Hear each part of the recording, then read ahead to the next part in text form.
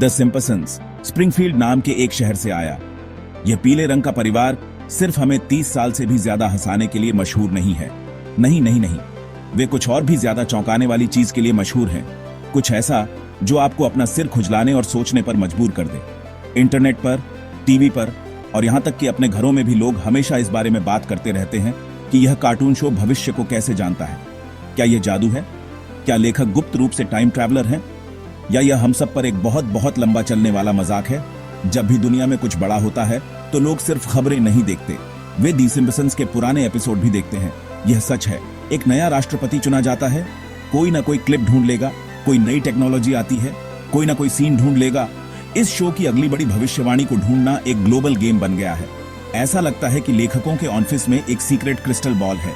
वे Homer के बहुत ज्यादा डोनट्स खाने के बारे में एक मजेदार कहानी लिखते हैं और अचानक 10 साल बाद एक आसाली घटना घटती है जो बिल्कुल वैसी ही लगती है जैसी कार्टून में दिखाई गई थी। ऐसा इतनी बार हुआ है कि इसे नजरअंदाज करना मुश्किल है और यह आपके चाचा से लेकर बड़े न्यूज रिपोर्टर्स तक सभी को पूरी तरह से हैरान और थोड़ा सा डरा हुआ छोड़ देता है। कल्पना कीजिए कि आप अपनी जीविका के लिए चुटकुले लिख रहे हैं। आप कुछ पूरी तरह से बेतुका लिखते हैं, कुछ ऐसा जो आपको लगता है कि वास्तविक जीवन में कभी नहीं हो सकता। उदाहरण के लिए, आप मजेदार बालों वाले एक बड़े बिजनेसमैन के संयुक्त राज्य अमेरिका के राष्ट्रपति बनने के बारे में एक मजाक लिख सकते हैं। आप और आपके दोस्त इस पर हंसते हैं, इसे शो में डालते हैं और फिर भूल जाते हैं। लेकिन फिर लगभग 2 दशक बीत जाते हैं और अचानक आप खबर देखते हैं और ठीक वही चीज वास्तव में घटित होते हुए देखते हैं। यह दी सिम्पसन्स के लेखकों का जीवन है। उन्होंने एक ऐसी दुनिया बनाई है जो इतनी पागलपन भरी विचारों से भरी है कि हमारी अपनी वास्तविक दुनिया ने इसकी नकल करना शुरू कर दिया है। यह एक अजीब और मजेदार एहसास है ना? दी सिम्पसन्स की भविष्यवाणियों का यह पूरा फिनोमेनन बातचीत के लिए एक परफेक्ट टॉपिक है। ये सबको एक साथ लाता है, नए एपिसोड देखने वाले छोटे बच्चों से लेकर शो के साथ बड़े हुए बड़ों तक। हम सभी में अचंभा का एक ही भाव है, एक कार्टून इतना सटीक कैसे हो सकता है? क्या यह सिर्फ इसलिए है कि शो इतने लंबे समय से चल रहा है कि अंततः उसके कुछ चुटकुले सच होने ही वाले हैं, या कहानी में कुछ और भी है? आज की इस छोटी सी बातचीत में हम कुछ सबसे मशहूर उदाहरणों को देखेंगे और इस अद्भुत रहस्य को एक साथ समझने की कोशिश करेंगे। तो अपनी चाय पकड़ो, आराम से बैठो और चलो सिम्पसन्स की भविष्यवाणियों की अविश्वसनीय दुनिया में गोता लगाते हैं। चलो सबसे बड़ी बात से शुरू करते हैं। वो भविष्यवाणी जिसने सबको चौंका दिया और कहा, 1 मिनट रुको, मैं बात कर रहा हूं राष्ट्रपति डोनाल्ड ट्रंप की। उनके राष्ट्रपति पद के लिए गंभीरता से सोचने से बहुत पहले दी सिम्पसन्स ने उन्हें व्हाइट हाउस में बिठा दिया था। साल 2000 के एक एपिसोड में, जिसका नाम बार्ट टू द फ्यूचर था, हम एक बड़ी हुई लिसा सिम्पसन को देखते हैं जो संयुक्त राज्य अमेरिका की राष्ट्रपति बन गई है। और उनसे पहले राष्ट्रपति कौन थे?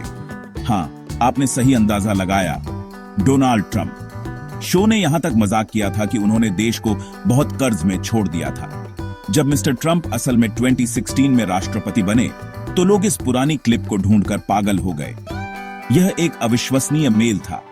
शो सिर्फ उनकी प्रेसिडेंसी की भविष्यवाणी पर ही नहीं रुका। 2015 के एक और एपिसोड में उनके असाली कैंपेन के दौरान उन्होंने होमर को एक ट्रंप रैली में दिखाया। बैकग्राउंड में आप एक साइन देख सकते थे जिस पर लिखा था ट्रंप 2024। और क्या हुआ? अपने पहले कार्यकाल के बाद उन्होंने वाकई में 2024 में फिर से राष्ट्रपति के लिए चुनाव लड़ा। ऐसा लगता है कि लेखकों के पास भविष्य का एक राजनीतिक कैलेंडर था। किसी सेलिब्रिटी के राष्ट्रपति बनने के बारे में मजाक करना एक बात है, लेकिन स्पेसिफिक डिटेल्स और यहां तक कि कैंपेन के साल भी सही बताना दूसरी बात है। इससे सच में यह सोचने पर मजबूर होते हैं कि उनकी राइटिंग टीम में किसी के पास कोई बहुत ही खास तरह की इंट्यूशन है।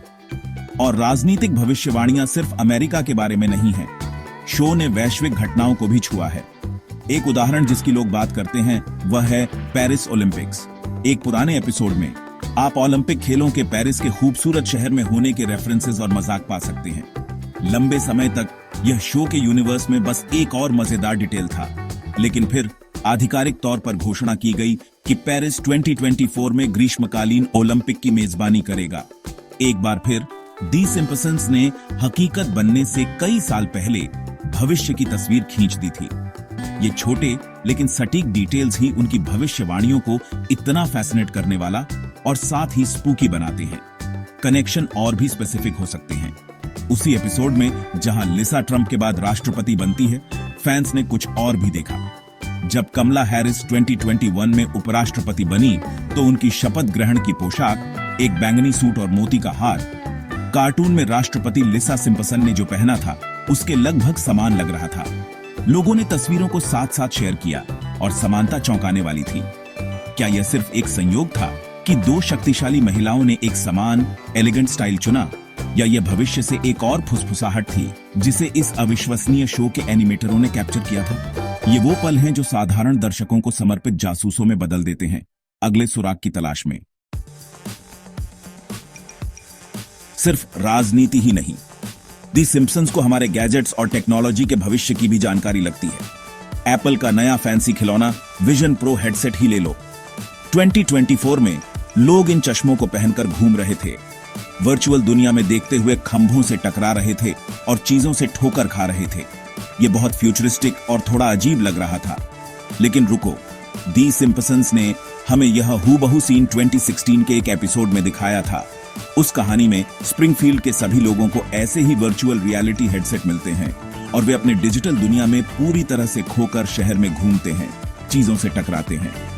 कार्टून वर्जन और रियल लाइफ वर्जन इतने समान हैं कि यह मजेदार और ईमानदारी से थोड़ा डरावना भी है। चलो संगीत की बात करते हैं। 1996 के एक एपिसोड में एक मजाक था कि हिप हॉप ग्रुप साइप्रस हिल ने गलती से लंदन सिम्फनी ऑर्केस्ट्रा के साथ एक शो बुक कर लिया। यह एक मजेदार विचार था, गैंगस्टर रैप को क्लासिकल वायलिन के साथ मिलाना। किसी ने नहीं सोचा था कि यह असली जीवन में कभी हो सकता है, लेकिन अंदाजा लगाओ क्या, जुलाई 2024 में यह मजाक हकीकत बन गया। साइप्रस हिल ने वास्तव में मशहूर रॉयल अल्बर्ट हॉल में लंदन सिम्फनी ऑर्केस्ट्रा के साथ एक पूरा कॉन्सर्ट किया। बैंड ने खुद कहा कि दी सिम्पसन्स ने इसकी भविष्यवाणी की थी। एक राजनीतिक घटना का अनुमान लगाना एक बात है, लेकिन इस तरह के रैंडम और स्पेसिफिक म्यूजिकल कोलैबोरेशन की भविष्यवाणी करना स्ट्रेंज के दूसरे स्तर पर है। शो की स्पूकी एक्यूरेसी हमारे मनोरंजन तक भी फैली हुई है। 2023 में बारबी फिल्म के चारों ओर फैले बड़े क्रेज को याद है। हर कोई इस बारे में बात कर रहा था और इसने फेमिनिज्म और खिलौनों के बारे में बहुत सारी बातचीत शुरू की। खैर, मानो या न मानो, दी सिम्पसन्स ने 1994 में इस पूरे विषय पर एक एपिसोड किया था।